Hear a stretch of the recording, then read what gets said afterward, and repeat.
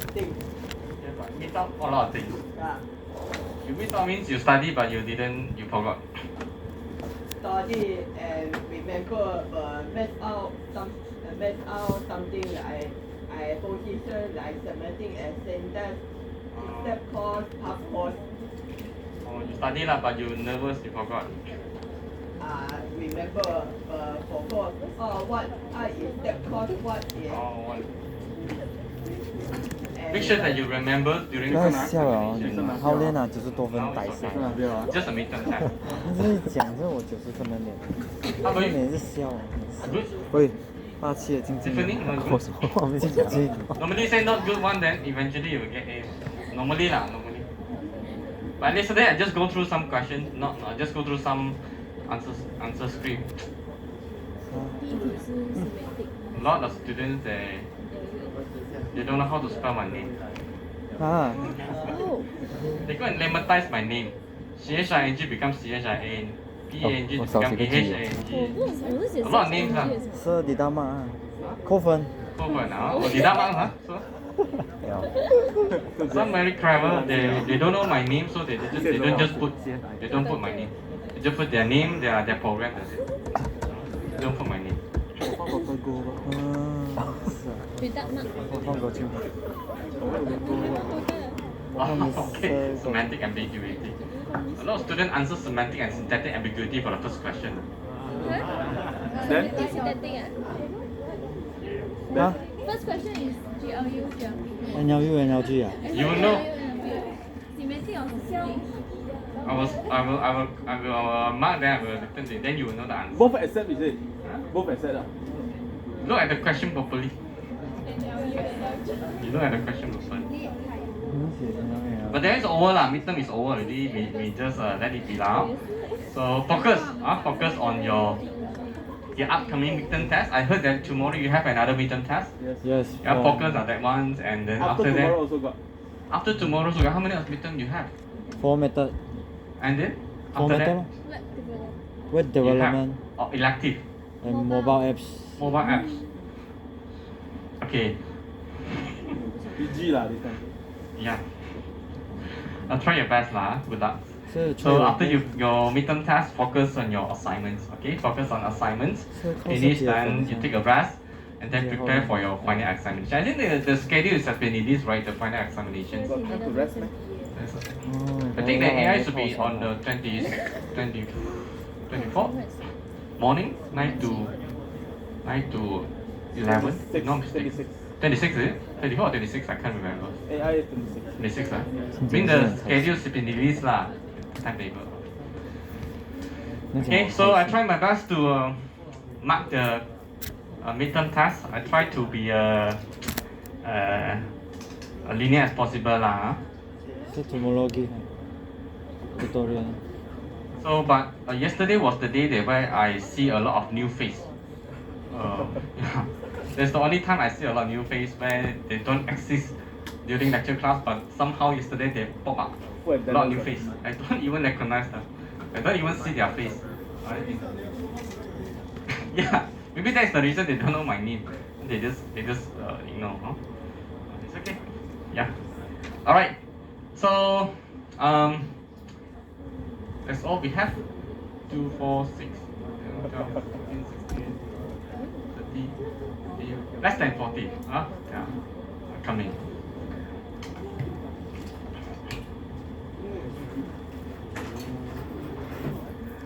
Okay.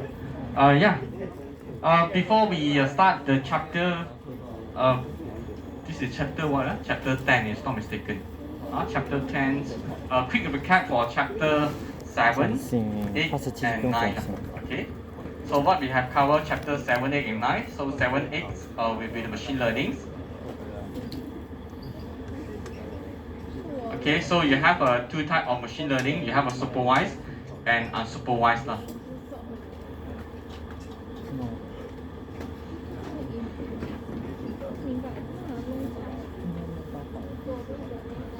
Okay, so how about chapter 9? What is chapter 9? Anyone? What we have covered in the chapter 9? Yeah, very good. neural networks. So what is the main difference between machine learning and neural networks? If you can understand, if you can answer this question, means that you really understand what is machine learning and what is neural networks. If you can answer this question, what is the difference between these two?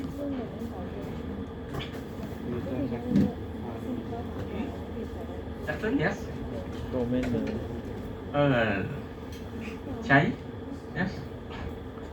No phone. Okay, the difference between neural network and machine learning. Machine learning is remember, is a subset. It's a subset to AI. So neural network is a subset to machine learning. So machine learning, we need features to train the models. So how to obtain the features? You need to manually select the features. Remember, so no matter how many features you have in your data set, so let's say this is x1, x2, x3, x4. So either you just throw all the x into the machine, let the machine to find the relationship between x and y, let's say supervised machine learning, or you have to manually find out which features are very significant, okay, by performing some features engineering, what dimension reductions, Pearson correlation. You have to find how important with these features. If this important, or then you just take it and to train the models. It's, let's say some features, let's say it's like patient IDs. We know that the patient ID is not very significant to predict a disease, so we probably will drop out the features. You have to manually select. Okay, manually identify which important, which is not important, and pump into the machine learning. Meanwhile, neural network is you do not need to manually select the X. So if you still remember the architecture of neural networks, perceptron, we have an input x1, x2. We send into what? The so-called hard limiter and the linear combiners. Okay, so we have a weight, right? Weight 1, weight 2. S1 multiply x2, x2 multiply w2, add it together to get some value. So this value will send to the activation functions together with the threshold value to give you a predicted y. And we still remember the architecture for perceptron. Okay, we have an input, so we will randomly assign the weight here. So we will tabulate, we will calculate the value from x1, w1, x2, w2. We will generate some big x here, some value. So that is, this value doesn't bring any meaning, so we have to compare with the activation function to give you the predicted y. So this predicted y here will compare with the actual y, so that you get some errors. So this error here, you will send it back to here and to adjust the W1 and W2. Adjust until it's stable. And you will find out that if the weight is very low value, means that this input doesn't bring any significance in training process. If this weight is a high value, we can conclude that this actually play very important roles for this case study. Okay, so you can just throw all the x1, x2, and w1, w2. So this artificial neural network will adjust this weight for you. Whether it's important or not important, it will find it out for you automatically. If this is not important, let's say patient ID. Okay, so we know that it's not significant. So you found that this w1 you will reduce maybe near to 0. It's not significant. Let's say you have some age. So we know that age is a very important feature to predict some disease. So you will find out that by adjusting the weight, so this W2 will give you a very high value. So it's automatically adjust the weight. For the machine learning, you know, we treat all the features equally important and we just pump all the X, or you probably have to apply some features engineering to filter the features by yourself manually. Okay, that is the main difference between machine learning and neural networks. Okay, so when to use machine learning, when to use neural networks. For some simple machine learning works, you can use machine learning, simple predictions. But it involves a complicated prediction one, then you probably have to go for the neural networks. Examples, NLP, object recognition, object detections. Then you have to use neural networks normally. Okay. All right. So is that clear for chapter 7, 8, 9? Okay, good. So let's move on to the new topic, which is image processing and machine visions, computer visions. This topic basically is is a course that probably you have to go through 14 weeks to complete one whole course, image processing. But I summarized everything into only 2 hours classes, so don't expect you go and learn something like TensorFlow, no. So this is just the fundamentals of image processing or computer vision. It's just the fundamentals. Okay? All right. So it's a totally new topic. It's not relevant to machine learning. It's not relevant to neural networks for these topics. Okay? So at the end of this course, you should be able to understand what is image processing, what are the steps in the image pre-processing. Is one of the important process in image processing. Why do we need to perform image pre-processing? And after we have performed the pre-processing, we will send those image or the video to perform some, let's say, features extractions, object detection, and which conclude it as a computer vision. So we have two parts here: image processing and computer visions. So what is image processing? So image processing is basically to manipulating and enhance the quality of the image. Okay, so what is image processing? It's a process to enhance the quality of the image by introducing the, like, let's say, denoisings, resizings. You have learned about the morphological operation analysis. We perform the illusion, stylization to repair the image first. Okay, to enhance the quality of the image. Before we send this image for training purpose, before we send this image for features extractions, before we send this image for image segmentations, we have to enhance the quality of the image first. Okay, so in the practical, I believe we haven't gone through a lot of pre-processing stages, right? Apply the mean filters, average filters, median filters to enhance the quality of the image first. So this stage is called image processing. So after you perform the image processing, then so this is some of the examples of the image processing. Denoising to remove the noise, to sharpen the image, to colors collections, compress the image, resize the image, filter the image. So once you have a very good quality of the image, then we can send it for computer vision stage. So what is computer vision? Is involve enabling the computer to understand what can be extracted from the image. Okay, we try to equip the machines to have the ability like a human. Okay, we are able to recognize you are the male, you are the females, this is the car, this is a object. So we want the machines to have the ability to recognize this object, to interpret, understand what is the important features that you can extract from the image. Okay, so we have two stages: image processing to enhance the quality of the image. We have a good quality of the image, then we can send it for the computer visions to make the machine to understand or to extract the important features or to recognize the objects. Okay, so some examples for computer vision tasks will be object detections, facial recognitions, OCR, segmentations that we have seen the practicals, gesture recognitions. Okay, so these are the applications, some important applications in the image processing and the computer visions. Object detections. Okay, you have a face recognitions, features detections. We use to detect the edges or the corner points. So we have a medical image processing used to analyze the MRI pictures, the brains, the tumor, the cancer cells. We have a microscope image processing mainly to analyze the bacteria. Let's say you have a microscope, you take the pictures, we can analyze the bacteria inside the microscope. We have a morphological image processing, which one of the important topic in the later subtopic later. We have a remote sensing to capture the image using a satellite and to compare, let's say, the evolutions from a certain areas. Face generations to regenerate a new face. I think this one is not something new now. If you still remember, there's one movie called Fast and Furious. There's one actor passed away. What's the name? Paul what? Paul what? Paul guy. Hall worker.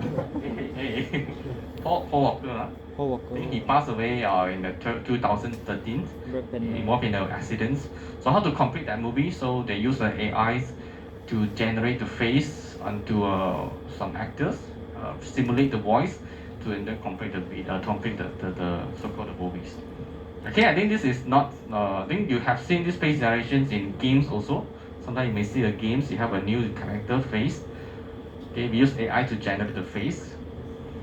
Okay, so as I mentioned, this course is not to teach you how to use like the TensorFlow, how to build your machine learning models to recognize the objects, but it's more to work to understand the fundamental of the image, the properties of the image, how the image pre-processing works. All right, so do you know how image actually generated from scene? You capture the image, how you can get the picture? Pixel by pixels.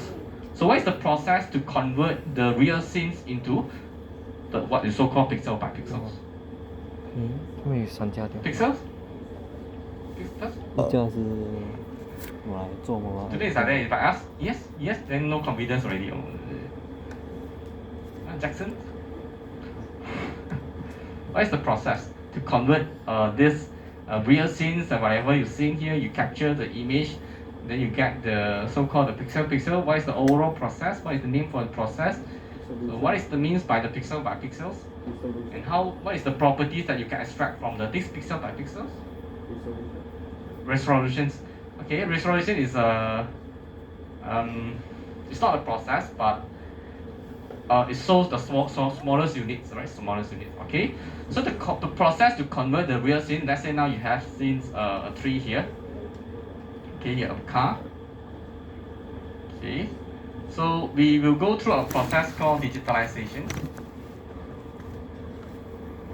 Okay, so this process means that we are using some cameras, okay, whatever, to capture the image.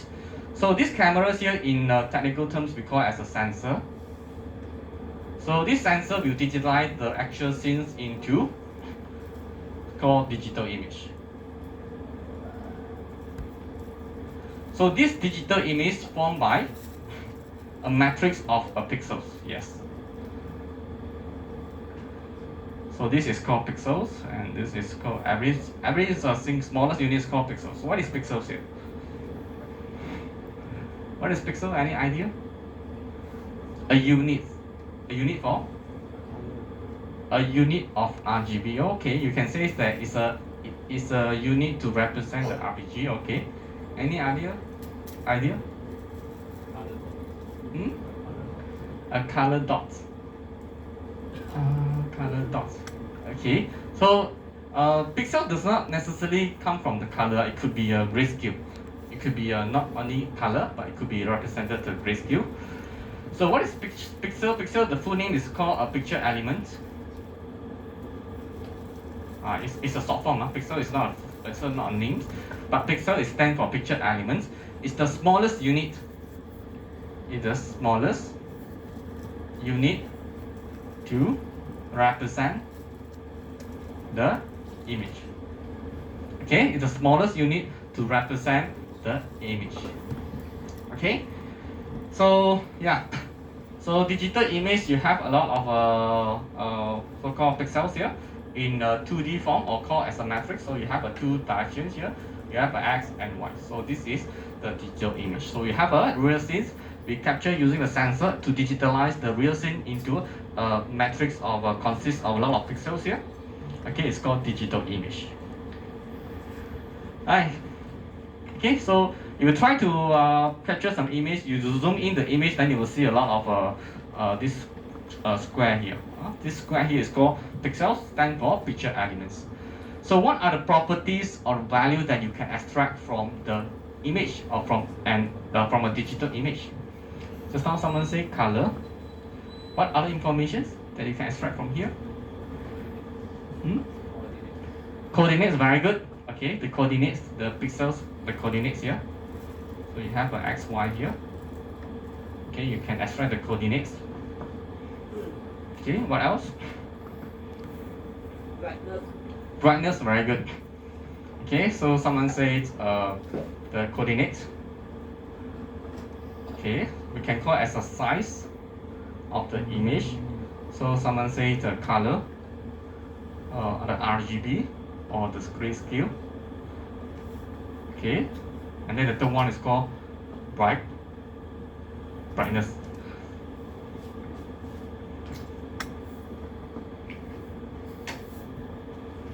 Okay, the third property is called brightness.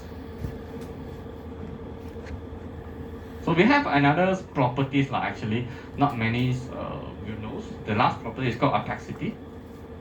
Opacity. Okay, so these are the four important properties or the attributes that you can extract from one image. Okay, so go to the next slide. Okay, so this is the definition. Digital image is an image that has been discretized. Discretized is a process to convert the continuous data here into a discrete value, a discrete number of pixels here.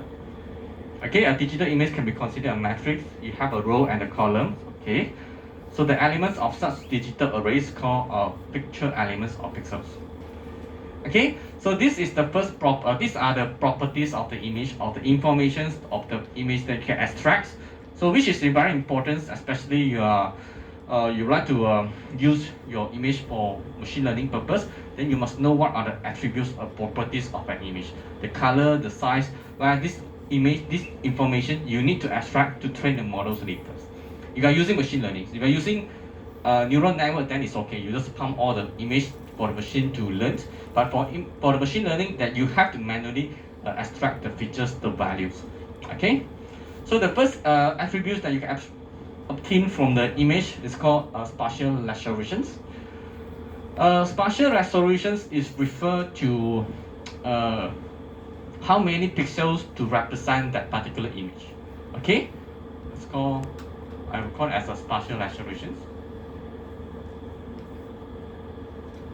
Okay, spatial resolution to represent how many pixels. Okay, how many pixels to represent an image. Okay, so the more pixels you have, what's the effect?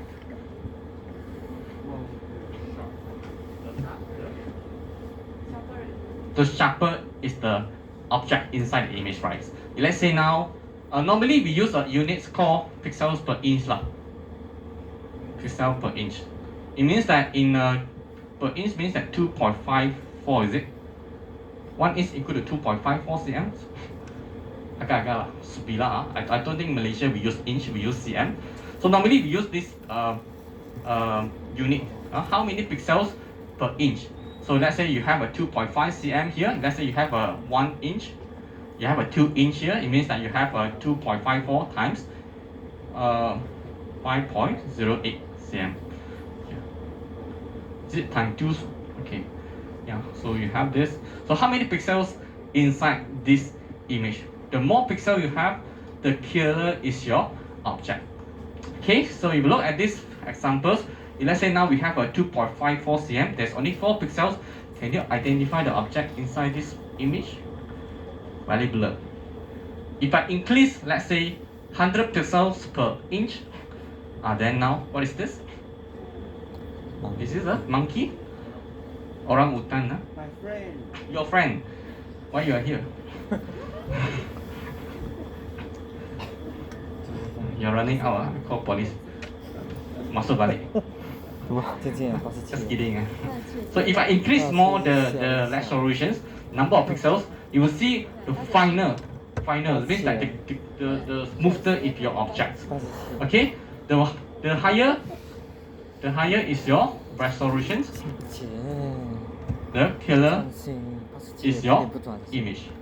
That's why in your TV you will probably find out this what HD lah, Ultra HD lah. You have what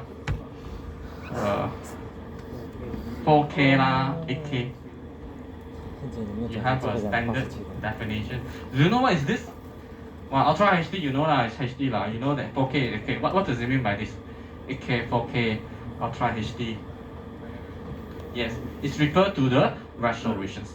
SD HD is not mistaken, is 1980 times 1080 pixels. So it means that you have 1900 pixels in horizontally, and then you have about 1080 in the vertical. So Ultra HD is just basically times 2 lah. So this is 60, 9, 3. Okay, so this is 2, 16. So this one you just basically multiply lah. So you have a higher resolution. 8K should be 720. Is it? Times?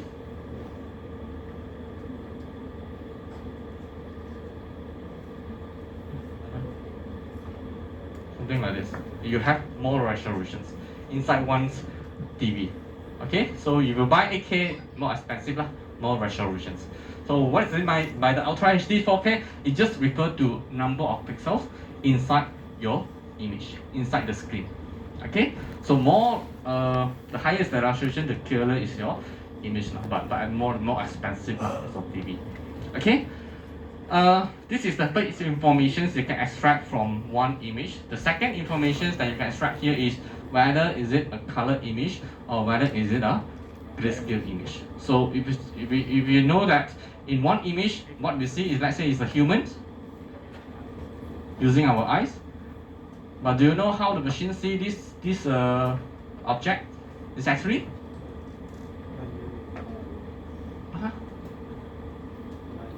binary.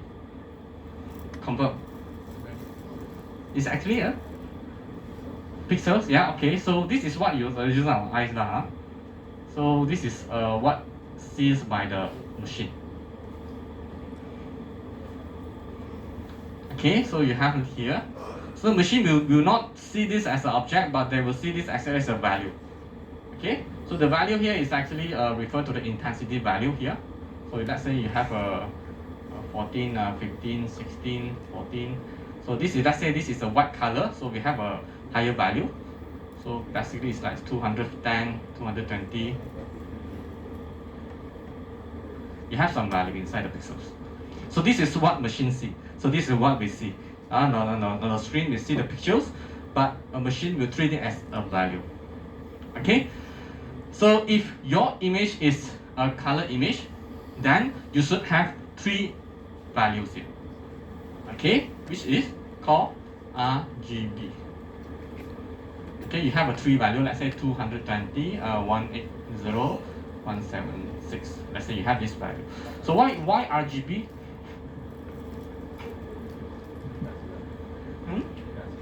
It has value.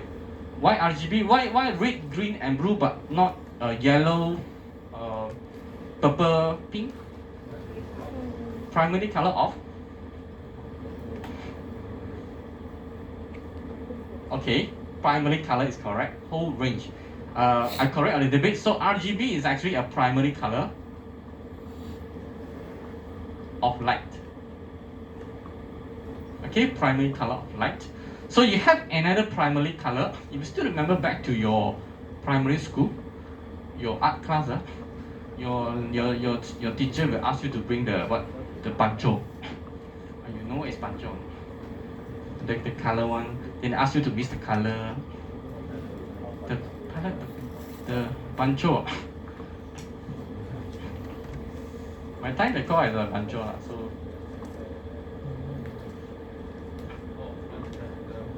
The brand. No, this one. Color. Pen. This one. Bunjo. You see this? Yeah, everyone using this brand, right? Then your teacher will ask you to bring this one. This one you have a three hole one. Then you put the color here. Then you use the brush one. Remember or not? Then your teacher will ask you to put 3 colors one. This one is called primary color of paint. The primary color of paint should be red, yellow, and green, if not mistaken. Okay, but for the primary color of light is red, green, and blue. Okay, so your teacher will ask you, okay, now you have a what? A color red, yellow, and blue. Then you mix. You try to mix this red to yellow. Then you give another value, another color. You will mix the yellow and green. You give you another color. If you still remember, back to secondary school or primary school lah. I think we can play here also. Primary color paint simulation.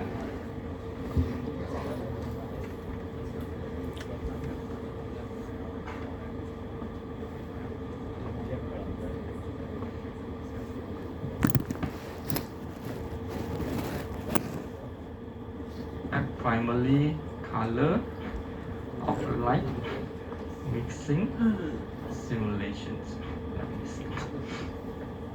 So this is light, yeah. Light is RGB, but paint is not RGB. Paint is I think red, yellow, green. If not mistaken, I'm back to primary school. So then your teacher will ask you. You try to mix two colors, then you will give you secondary color.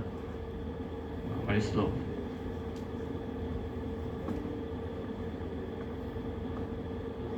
Here, this is the primary color of the light. So you have a red, green, and blue. So your teacher will ask you, not the light, yeah, for the paint. So you ask you, okay, you try to mix this red to the blue, then you will get pink. Is it? Your teacher asks you to mix the color. Okay, then you try to mix the green to the blue, then you give you this. I don't know what's the name lah for this color. Cyan. Okay, so you have a green mixed with the red, or gives you yellow. So if you try to adjust the portion, you give it different color. Different colors. So you mix all together, I give you this color. So this is called secondary colors. If you still remember lah, back to your primary school. Yeah. So that's why the light is actually formed by these three main colors. It's called red, green, and blue. Okay. So if you refer to three channels, okay. So if I refer to three channels, normally we call it three channels. It's referred to is a color image. Okay, means that you have three channels here, and then we mix this three color, give you another value here. Give you this color. Okay, so we can actually convert these three colors, three channels into a single channel. Means that we remove the colors informations. So when we talk about this is one channel, it's referred to as grayscale image. Okay, where we convert these three channels into a single channels using some equation. I'm not mistaken, the equation should be 0.299 multiply. You have a red. You have a value. What's the value here? Plus 0.57.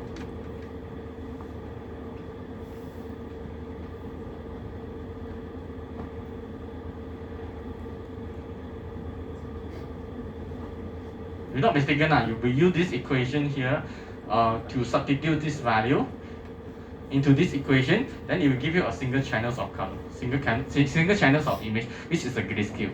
So you have three colors, three channels, which is the color image. Then you convert to the grayscale image.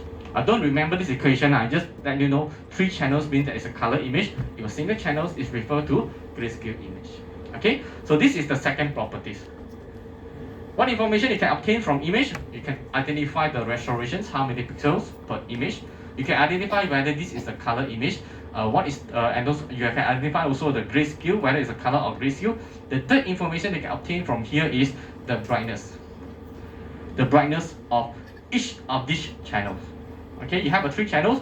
This value here is referred to the intensity of the value. The intensity, how bright the channels. If the value is high, means that it's very bright. If value is very low, means that it's very dim. Okay, so this third information here, third attributes here is referred to the intensity resolutions, which is called intensity bits of. Hi. Silent. Mute your phone. Okay, it's called intensity resolution. So that is the third information. Brightness is layman terms, but in technicals we call as intensity resolutions. It means that how many levels in each of these channels. How many levels in each of these channels. And this how many levels in each channels is referred to, it reflects how smoothness is your color change from one point to another point. Okay, it's referred to how smooth the color change from one point to another point. If let's say now we use 8 bits. If you use 8 bits mean 2 power of 8, then you will get 256 levels of colors. Okay, so 128 is a 2 power of what? 2 power of 6. 6, huh? 2 power of 7. 2 power of 7. Okay, we use 2 power of 7, then you will get 128 levels. Yes. Means that you will see that from the black to white is quite smooth. You will try to increase or will try to decrease the number of bits, which is only 2 power of 4. Then you have only 16 levels of color. Means that you will see that the color change from the black to white is not that smooth. There's some staircase like that. Okay, you try to reduce again to 2 power of 2, then your color change is more even coarse, very rough. 2 power of, this is 2 power of 2. You have only 4 level of color intensity. Okay, so most of the I would say almost all the photo editing apps or software, we are using 2 power of 8 lah. We are using this. Okay, we very rare to use 2 power of 7 or 4. Normally we use power of 8 bits of colors. Okay, so look at this example. We have a blender your brain here. Yeah, you have a 256 levels, which is 8 bits. You can see the color change from one region to another region is very smooth. Okay, this from color change from here to here. If let's say we talk about the 3 bits here, 2 power of 3, so you can see that the color change from this region to this region is very rough. From here suddenly jump to this very so-called fair gray here. But even if you use the 2 power of 1, there's only 2 colors. This image we call as a binary image. There's only 1 bit. 2 power of 1, then you have 2. Means that from black to white, there's only 2 colors, 2 levels. Okay, this is 2 power of 2. You have a 4 different type of color, 4 levels here. So the more that you increase, the smoother is your color change from one region to another region.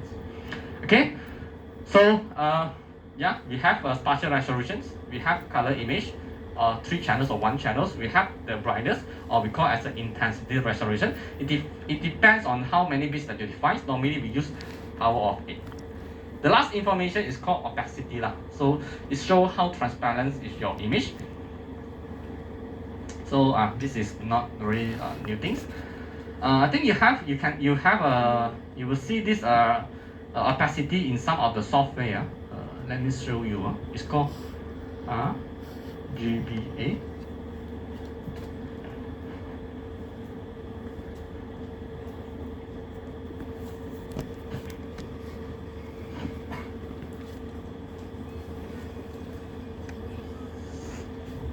Yeah, sometimes you see RGB. Some software you may see RGBA. This A here is referred to the opacity, alpha.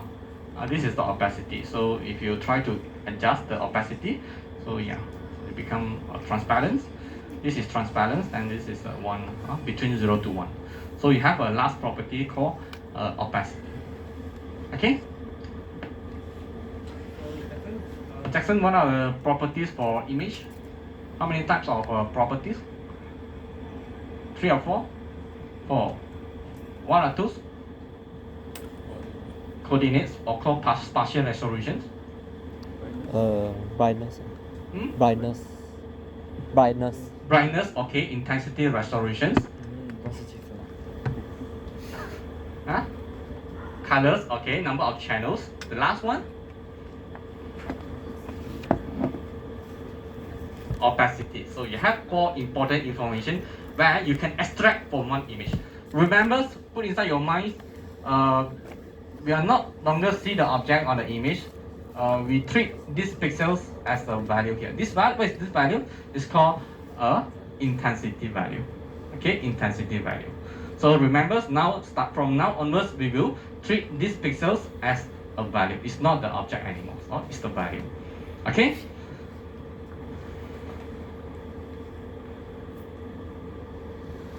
Okay, so this one, okay. So this is the overall process of fundamental step in image processing. As I mentioned earlier on, to build a machine learning model, let's say, you like to identify or detect the objects. So these are the common process that you need to go through, capture the image. It depends. Sometimes you can just get the image from the Kaggle, then you don't need to capture your own image. So for my case, when I was studying in a PhD, so I need to capture my own image. I use the scanner to scan all the images, and then I need to process the images, make sure that the image are in a good quality. I need to perform a lot of pre-processing. So after you perform the pre-processing, then you extract the features. So what are the features that you can extract? Like this, you can extract the coordinate, you can extract the color, you can extract the brightness value, you can extract the opacity. So we have this value here, we will represent this value here for machine to learn. Okay, machine will learn through this value. Okay, through this value, then it can recognize the objects. Okay, so this is the overall process for capture the image, enhance the image using pre-processing. So you have a good quality of image, we extract the features. Okay, extract the features, detect the corner points, detect the edges. So after you detect all these points here, we extract the value. So we extract all this value for the machine to learn. So machine will learn all this value, and so that it can recognize the object, let's say, human, or to classify whether it's a male or female. Okay. For example, we would like to recognize the fruit. So firstly, you must need the image of the all different type of fruits. So after that, you have to perform image pre-processing. Extract the features. Let's say in this one, banana, you want to identify the edges, right? You want to identify the regions, segmentize the objects. So represent this value. So we cannot just throw this image into the machine to learn. We have to extract the value. Okay, extract what value? It depends on what you want to study You can extract the positions, extract the intensity for the machine to learn, and then finally to recognize the objects. Okay. Just like you want to in the past we have machine learning, we want to detect predict the disease. So we have features, we have the label. So in this case also we have a features. So this is all value is called features. So this is a features, and then we have a label. Is it orange? Is it a lemon? So we have a Y here. We have these features. We will train the models, and the model can actually interpret, understand the object. Okay. Image acquisitions is any devices that can capture the image. You can use scanner, cameras, any phones. So this pre-processing is the stage that where I will focus more in this today 2 hours lectures. I will pay more attention into what are the type of pre-processings and why do we need to perform pre-processings. So these are the examples for a pre-processing stage. Some, I think you have seen this, right? Removing the noise. You in the practicals, you have applied the Gaussian noise, Gaussian filter. You have used the median filter. You have used the average filters. Morphological operations, I believe you have gone through also to join up the gate. Enhance the contrast. I don't think we have gone through this but the purpose of the enhancing the contrast is to enhance where the background and foreground are quite similar. The color for the background and foreground is quite similar. So we try to enhance the contrast so that you can see the foreground very obvious, and then we have a very clear background. Then we have isolating regions to identify the region of interest. Okay. Yeah. Anyone help me to print the one? Thank you. Brandon sit very far already.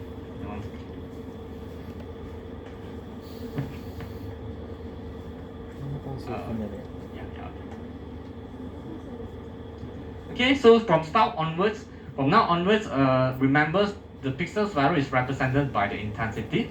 Okay, there is some value inside. Okay.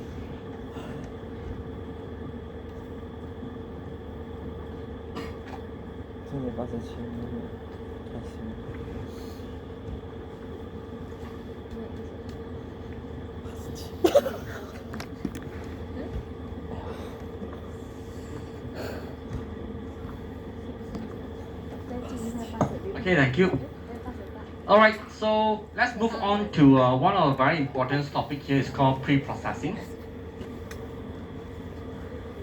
Okay, so what is the purpose for pre-processing? Is mainly to enhance the quality of the image before we send it for training purpose, before we send it for features abstractions, image segmentations, and so on and so forth. So normally pre-processing comes from these two processes. It's called correlations or convolutional. Okay, normally how the pre-processing works, it depends on these two processes, either correlations or either convolutionals. Alright, so let's understand first how correlation works. So assuming that you have one image, so this is assuming that this is your image. So I will talk as a 25 pixels times 25. Oh, this is a square image, you have a 25 image here. Okay. How correlation works is depends on the size of your filters. So in your practical, if you still remember, we create our own filters. We still remember this word called NP. We use a NumPy n1s 3. If you still remember the code here, it means that we're going to create a filters size 3 times 3, 3 pixels times 3 pixels.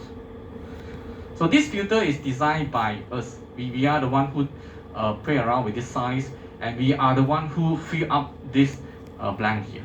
Okay, if you put 1 means that you have to put all, fill up with all ones. But in this example, it's represented by this value 1, 2, 3, 4, 5, 6, 7, 8, 9. Yeah, in Python you can set also. You can set this value 1, 2, 3, 4, 5, 7. Okay, but most importantly is the size. Okay, you define 3 times 3. The moment you define 3 times 3 here, then we will extract a subset started from the top left corners until bottom right corner. We will start from this, extract this subset out first. It depends on the size of the filter. If the size of the filter is 3 times 3, then we are going to extract 3 times 3 started from the top left corner. We extract out, so you have 3 times 3. So remember what is the value, what is inside these pixels?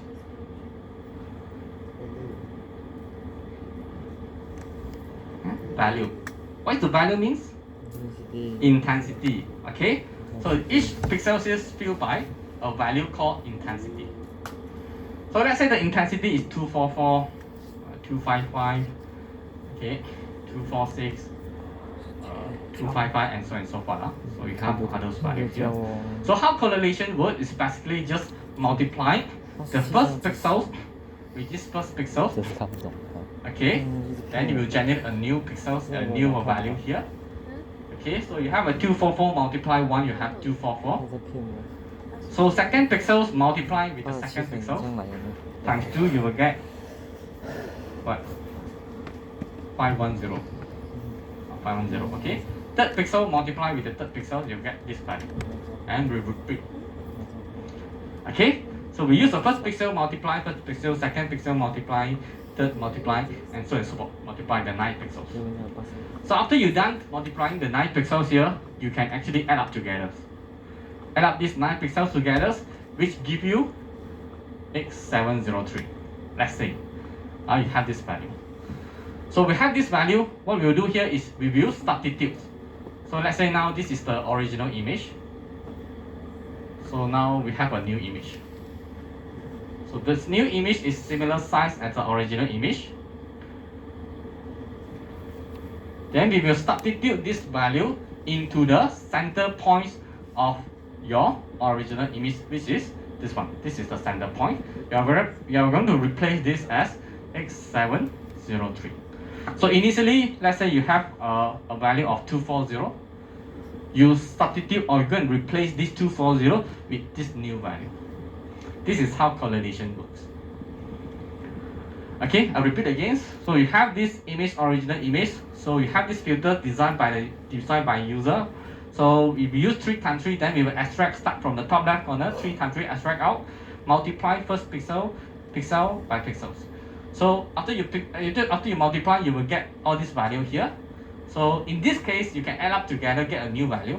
So this value will replace the original pixels. Okay, then we will move 1 pixel to the right, extract this 3 times 3 pixel again, repeat the same process. Until when? Until you reach the bottom right corners. This is so-called correlations. Okay, so most of the pre-processing we use correlation lah. There's another process. It's called let's say in this example. Okay, so let's say this example. We use average filters. Okay, we use average filter. So average filter is where we multiply, then we divide by the total number of pixels. Let's say now we design the pixels of filters all ones. Okay. Okay, and then this is the original image. Okay, so this is the original image. So we have a value 0. 0 is means black color. So we have a 90. 90, you can assume that this is 10 to the white, so it's 0 to 255.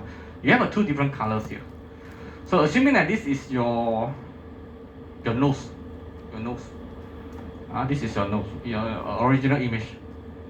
So you have a nose here. Then you have one pimples. Assume. Again, you have one pimple. So you would like to remove these pimples. You want to remove these pimples. So this is what we see, but this is how machines see. That's actually represented by this intensity value. Right, so you have a 0, 0, 0, you have a 90 here, suddenly you have one pimple. So how to remove this pimple? We can actually use average filters. This is represented by 1 over 9 and all fill up by 1. And in this case, I'm going to use 3 times 3. Okay, so what we'll do here is we will start from the top left corners, extract according to the size of the filter, 3 times 3. So we multiply 0 times 1 plus 0 times 1, you multiply all together, you will get 0. 0 divided by 9, you will get 0. So we are going to fill up this 0 with the inside this origin, which is this one. So you have a 0 here. We repeat, move 1 pixel to the right hand side. 0 multiply 1, 0, 0 multiply 1. And last you have 90 multiply 1 divided by 9, you will get 10. 10. Okay.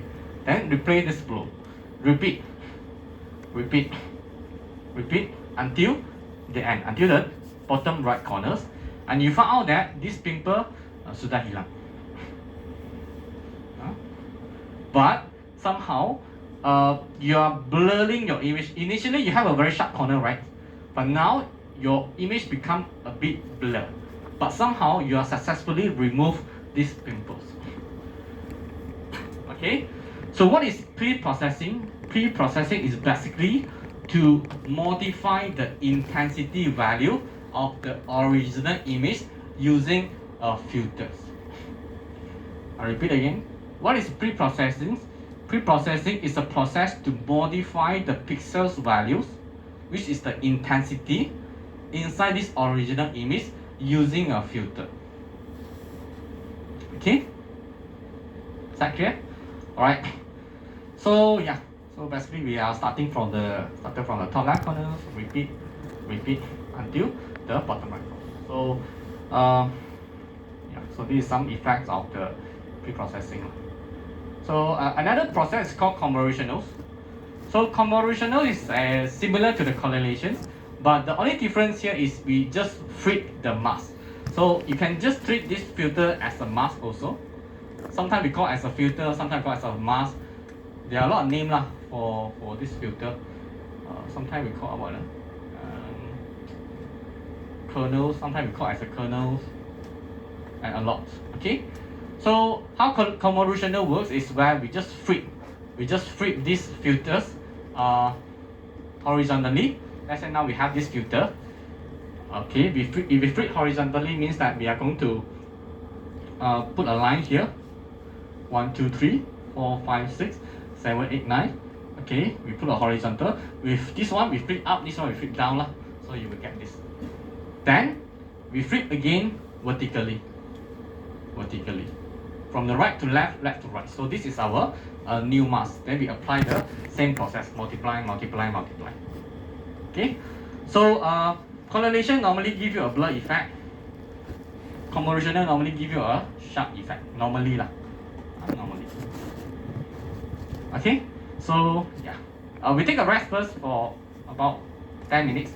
Then we come back to some case study for the noise removal and also the morphological operations. Okay?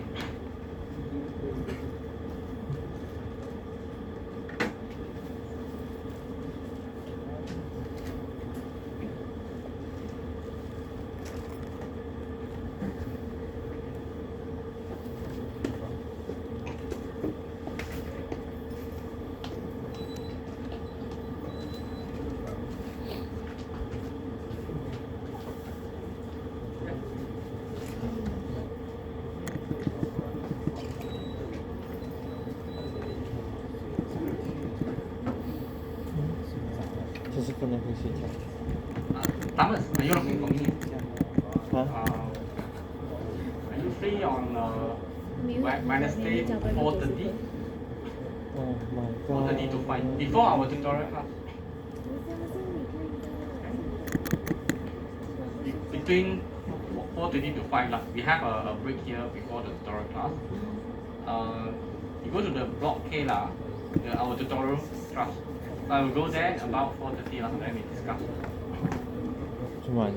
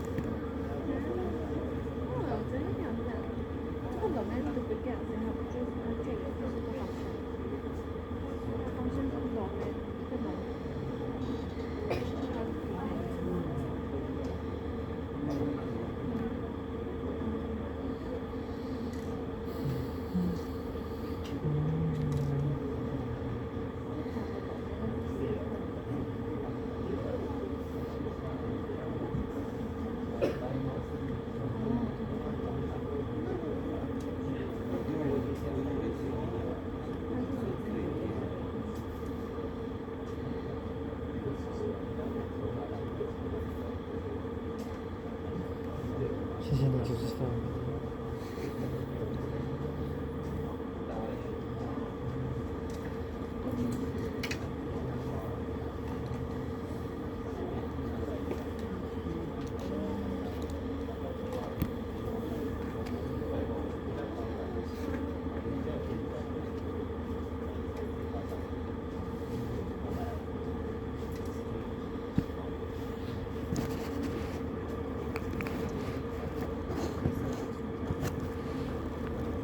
27分你可以睡，可以睡。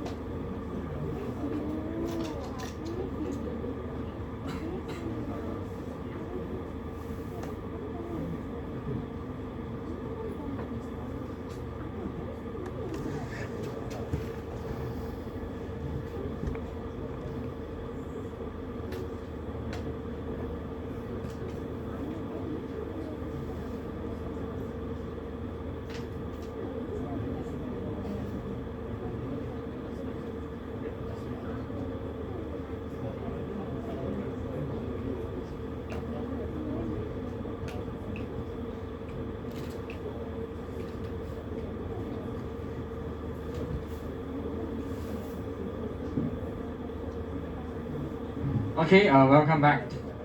So there are different type of noise that you've probably seen in your images, right?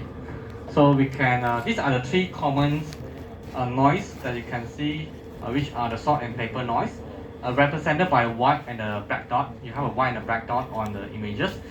Sometimes we cannot avoid to have this kind of images due to what the environment, like things, your camera's problems, then you get this poor quality of image. Salt and paper noise consists of black and white dots. You have an impulse noise which contains of only white dots, and you have a Gaussian noise which is a variation of the intensity drawn from the Gaussian normal, which is you have a grayscale of colors dot here. Okay. In the image processing, there's no such way say, or you have a certain technique, or you must use this filter to solve or to reduce the noise. So normally we try and errors.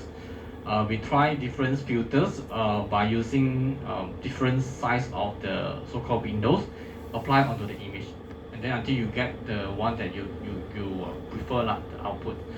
But normally for salt and paper noise, we use mean filter or the average filters, which you have. Sorry, mean salt and paper we use a median. Salt and paper normally we use median.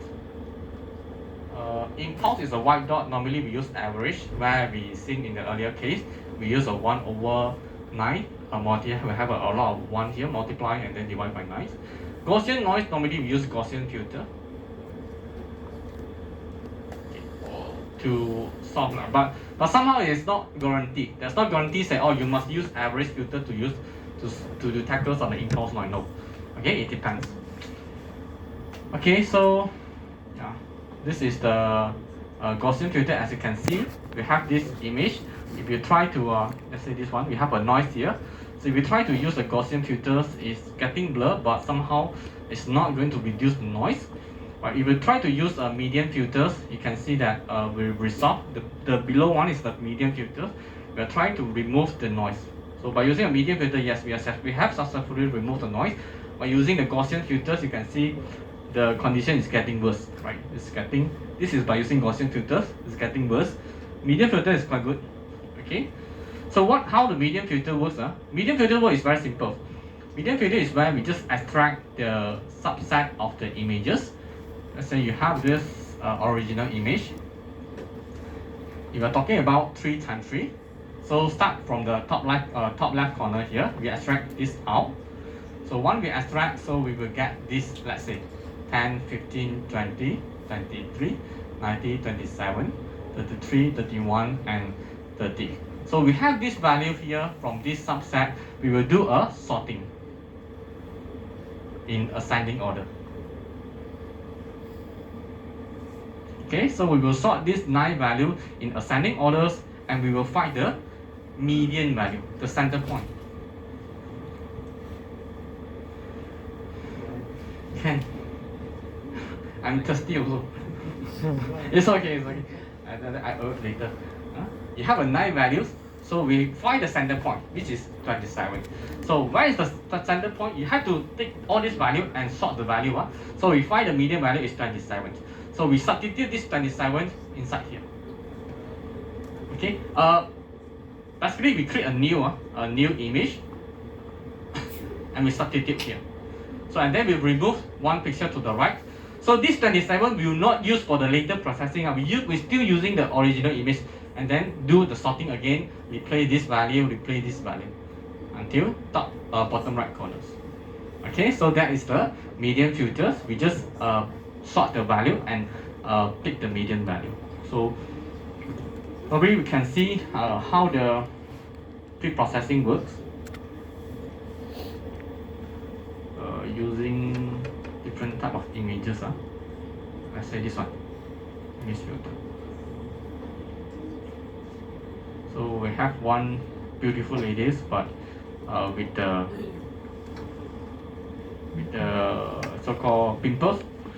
So we try to use average, reduce the window size. It doesn't help, right? It's getting blur, getting worse. We try Gaussian. Gaussian, you have 2 parameters. If you look at the practicals, you can either adjust the window size, or you can adjust the standard deviations, the variance. It's not going to help. So how about median filter? Oh, median filter is okay, right? But a bit blur, huh? It's a bit blur. So we have to try and error. So they are not only average Gaussian and median, there are a lot more filters. Let's say now this one, I apply the new filters. Nice. Okay, so this one, if I increase the window size, yeah, so all the people's gone. Okay, so always remember there's no such a fixed answer for the noise, denoising. So we try and errors. We try another image. Yeah, well. Our so we have a noise here, white noise. It's still same position, you see, same shirt, you see. Why you don't change the color? We try to use average. You see that the performance is very poor. The white dot is still here, right? The white dot is still here. So we try to use median filters. Nice. Yeah, we use median filters. It's able to solve it, but at the same time you retain the information. We try to use others filter. No. So you can see in the previous case, to remove the pimples, we can use this non-local means denoising. But using this to solve the impulse noise, median filter is the best. Median filter is the best. By using a window size of 15. You try to reduce to 9, so you still can see some noise. 13, 13 okay. Okay, so yeah. So this one I think you have seen in the practical class. So this one we use median also. So I think we use 3 is enough. 3 is enough. Okay, so we have to adjust lah. We have to adjust using different filters, adjust the window size, adjust the parameters until you get what you decide lah. The desired outputs. Okay, Brenda. No offense Okay. So yeah. Let's say that is the image denoisings. And then the next very important subtopic is called morphological operations. Okay, very important topics here. Morphological operations. A very important topic here. Morphological operations. A very important topic. So you must know why is it important to perform morphological operations, and how many types of morphological operations here, and what is the theory or the concept behind the morphological operations. So morphological operations divided into actually two process. We have a morphological operations. So these morphological operations is mainly to repair the image by filling up the noise, filling up the so-called the gaps, at the same time to remove some so-called protrusions. Okay, so normally to repair the image by fill up the gaps, and also to remove the protrusions. Okay, what is protrusion? Is a small white dot, small white dot. Normally, morphological operations apply onto the binary image. Normally, it still can apply onto the color image, but normally will apply onto the binary image. So these morphological operations, you have 4 types here. It's called dilations. We have illusions. We have closing. And lastly, we have opening. Why do we need morphological operations? Can you imagine this case? Assuming that you have this image,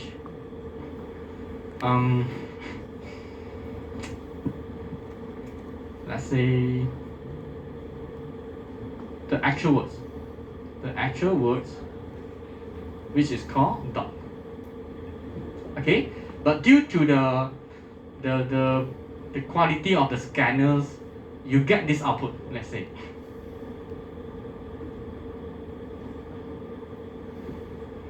Okay, so you have this output, you have a document. After you scan the document, you get this output.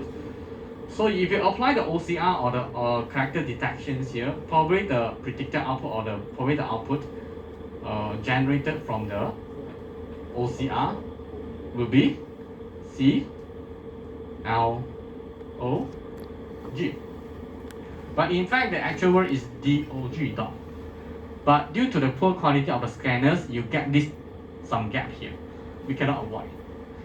Okay, so we have to repair first using, in this case, you can either use dilations or you can use closing. So I will use the dilation first. Dilation is to enlarge the object.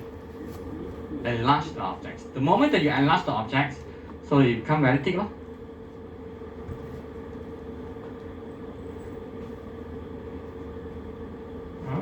become very thick. So you have these documents. Then only you send for the OCR, then you will get the O. We enlarge the object, so it's called dilations. Okay, but somehow after you enlarge the object, it's become very thick. Okay, but it's somehow the size or the dimension is so-called not similar to the original size. So if you want to restore this back to the original size, we have to go through another process called elosion. Okay, so elosion is the process to shrink the object, to shrink this. I call this the object here. To shrink the object, to thin this object, so you will make it like DOG. So by using these dilations and followed by the elosion, you found that we are able to restore the gap here. At the same time, we restore the dimensions of these three words or DOG. Okay, so this dilation and elosions is known as closing. This is the dilations followed by the elosions. These two processes we combine together known as closing. Okay, so assuming that we have another image like this, called let's say scene. We have an actual. The actual word is called clock. Okay, clock. But again, due to the poor scanner quality here, we probably get this word. Okay, you have some black dot or white dot here. Then you scan the document, you will get this kind of documents. So you will scan for the OCR, use for OCR to extract the words, probably you will get DOG, which is not same as the actual word called CLG. So we have to perform a process called elosion first. Elosion is the process to shrink this called small object of protrusions here. So you will get this very thin. You get a very thin words here.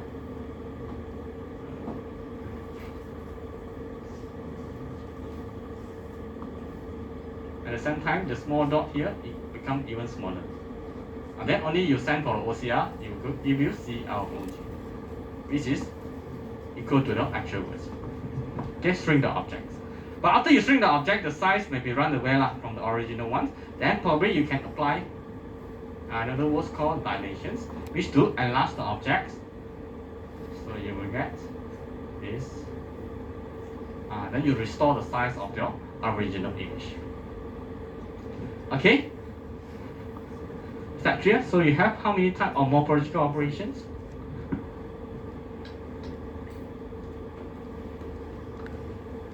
Four.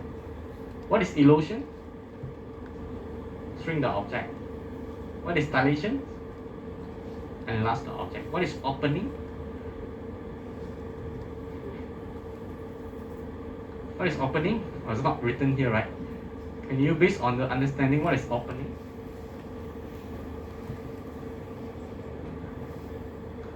Opening is the process where we apply the elosion first, followed by dilation. Okay, so probably you cannot see the effect. I'm going to show you how this elosion and dilation is going to repair the image. So let's say now we have yeah, this image. So we have this so-called very poor quality of image. We have a lot of hole, and then for the test, you look at the test here. So we have a big gap here. So we are going to repair using dilations, right? Dilation is to enlarge the object. If we apply the dilation, so you can see that we enlarge the object. So we try to fill out the gaps for all these so-called holes. Okay. So the window size we can adjust. The bigger is the window size, the thicker is your object. Okay, if you try to enlarge, the thicker is your object. But if you want to fill up the gap, at the same time you don't want to disturb the dimension of this original image, then we have to use closing. Remember what is closing? We enlarge the object and then we shrink the object.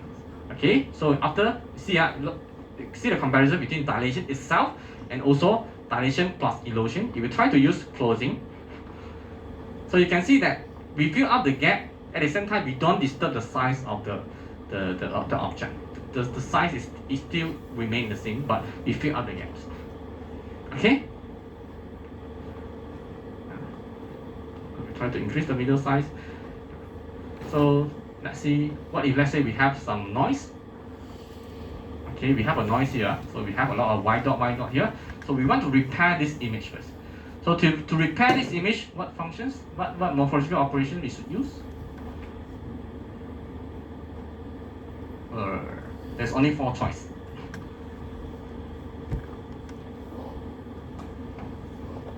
How to remove all these white dot?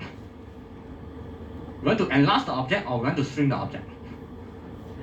Shrink the object. If shrink the object, which process we should apply? We try to apply erosion first.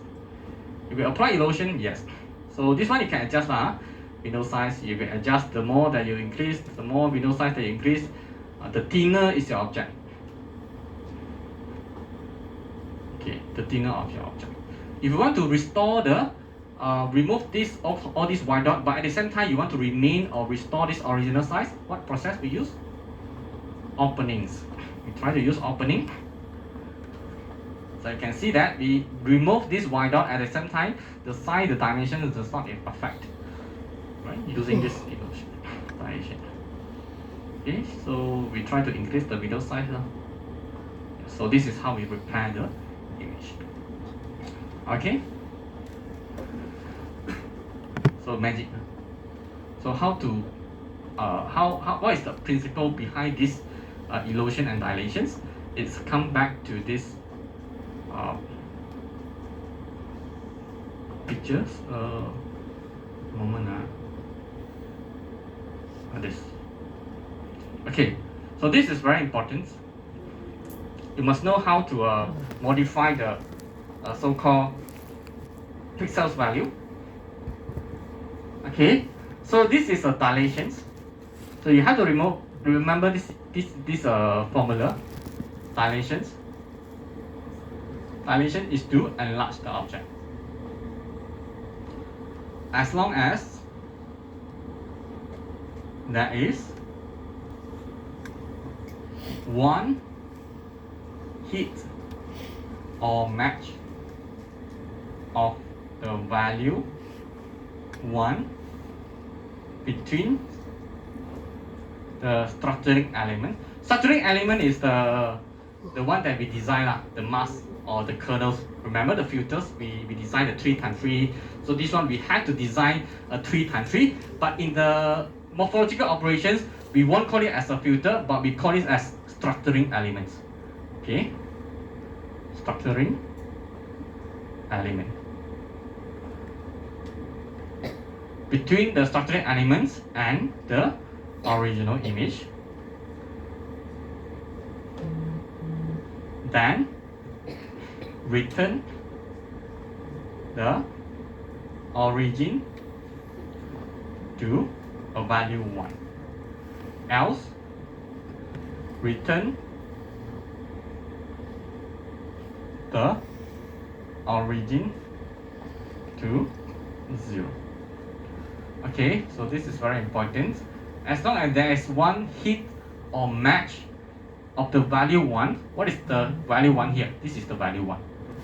Okay, so this is the value 1. So this is the value 1. This is the value 1. Then we return the origin, which is the center point, to value 1. Else return to 0.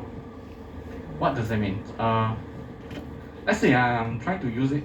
I'm trying to use the pen to show you how the overall process.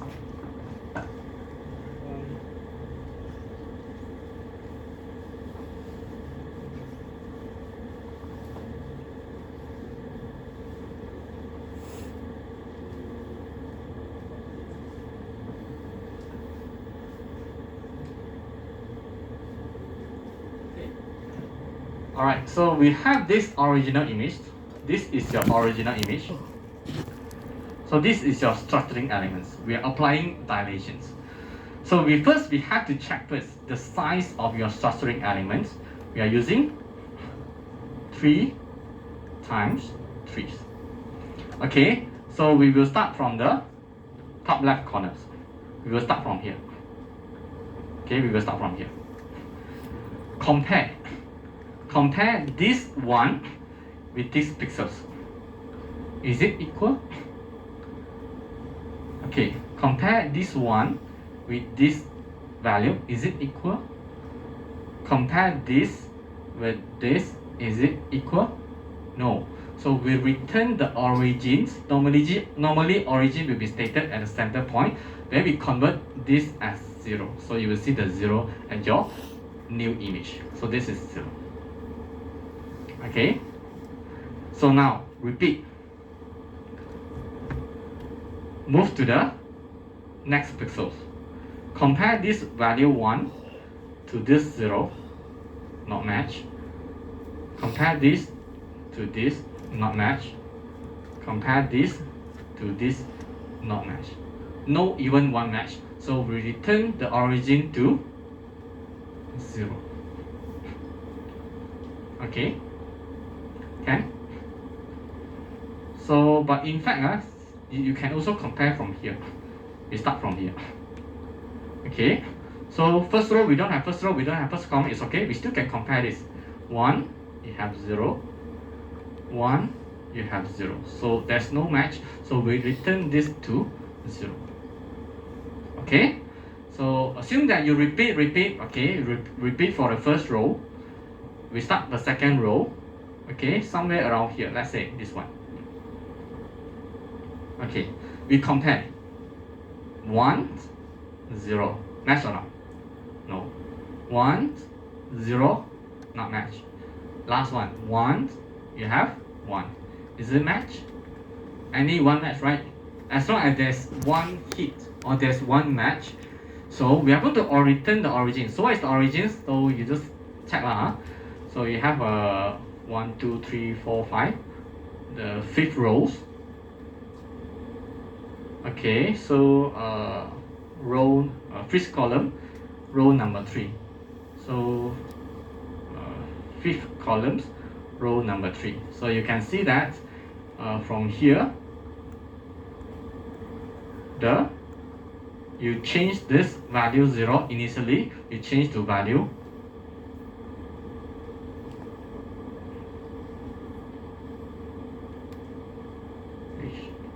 1. Okay, initially it's 0, now you change to 1. Okay. Alright, so I take another example. Let's say this one. I'll take this one. Okay, compare. You have 1. You have 1 here, right? 1 match. As long as there's 1 match, then you return this. You return this origin. You return this origin to 1, which is last third columns. 1, 2, 3, 4, 5, 6, 7 row. 2, 4, 6, 7. So you can see that original is 0. Now you change to 1. Okay, as long as there's one hit of value 1 between the structuring elements and the original, we return it to 1. So you can see that initially you have only a very small diamond shape. After you apply dilations, you can see that the object will become larger, become very big. Okay, is that clear? Good. So this is dilation. So after that we have erosions. So what is erosion? Erosion is the opposite to the dilation. Erosions is to shrink the object. Okay, as long as there is one mismatch, okay, of value 1 between the stuttering elements and the original image, return to 0, else return to 1. As long as there's one mismatch, then we straight away change to value 0. Okay, so look at this. We take examples for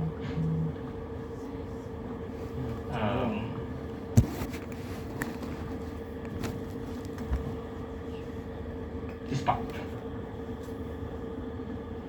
Okay, compare to this. 1, 0 or 1, match or not? You have stuttering element 1, but the original image is 0. Match or mismatch? Mismatch. So where is the center point? Origin is this one. So we are going to change this one. Let's see, 2, 4, 6, row column number 6, 2, 4, 6, column number 6, row number 4. Okay, row number 4. So we are going to change this. Initially is the 1. Now you change to 0 because there's one mismatch. Although you have a 1, 1 which is match here, this 2 match, but however the first value of 1 mismatch. So we straight away convert into 0. Okay, so erosion is about mismatch, dilation is about match. So you can see that originally you have a very big object here. After you apply erosions, it shrink the object, it become very small. It become very small. Okay, is that clear? Yeah, good. Alright, so anyone still blur? Okay, good, then let's move on to the next one. Alright, so that is the ideas behind the erosion and dilations. Erosion to shrink the object, make the object become smaller. Dilation to enlarge the object. Okay, so after you perform all these pre-processings, then you can straight away send for the image segmentations, image so-called corner point detections, edges detections, where you have seen in the practical class. So yeah, so this is a segmentation. So this is the edge detections, identify the edge. Then we have a corner point detector here. So this is the entry point. So you can actually apply different type of algorithms. But how the algorithm works is not really important. You just need to apply it. So let me show you how different type of corner points or the edges detector. So let's say we use same pictures. We use the blender one. Okay, so if we apply the edge detector canny, so we can see, yeah. So we try to adjust the mask. Okay, so we are able to identify the edge. Okay. So if we try to use different edges, so Sobel is not able to detect the edge. Private? Yeah, somehow, some of the edges. Okay. So how about this? Kenny can identify the edge. Then we use the Harris corner, identify the corner points. Okay, so yeah, but you don't even need to know the principle behind the edge detector and also the corner detector points. So we just call the functions. For edge, you can use these three common techniques: Kenny, Previs, or Sobel. Alright, and then after that, we have the informations like the intensity values, the size, we extract the value. We extract the values and use this kind of value here to train the models. Okay, we use these models, use this value, pump inside the machine learning will learn. Or you have this value, so this is A. Okay, so after we have learned the value, then we use to detect, recognize the object, detections. So this is not important. So this one is more towards practicals. Okay, so video is similar, same like the image. We know that the video is actually formed by a lot of images. So we have a video. So this video, let's say we have 1 second. So this 1 second you can use, let's say you can subdivide into multiple frames or images. Let's say we use 4 frames per second. It means that per second, one video, there's 1 second, you have 4 different images. Okay, you have 4 different images. So how to detect the object is apply the same technique that what you have learned in the image processing. You apply the pre-processing, clean the image first, extract the features, and then you train the models. Okay, because video is actually formed by image. Okay, so background subtractions is mainly used to detect whether there is intruders, or maybe you want to identify the motions of videos. We know that, let's say in the first seconds you have one object here. Let's say you have a tree, it's a static. So this is the first seconds. So in the next frames, probably you have a tree, so you have a humans. Okay, how do we know that there is a human inside this video? Then we basically use this frame minus these frames. We know that the image is actually formed by a pixel. There's an intensity value here.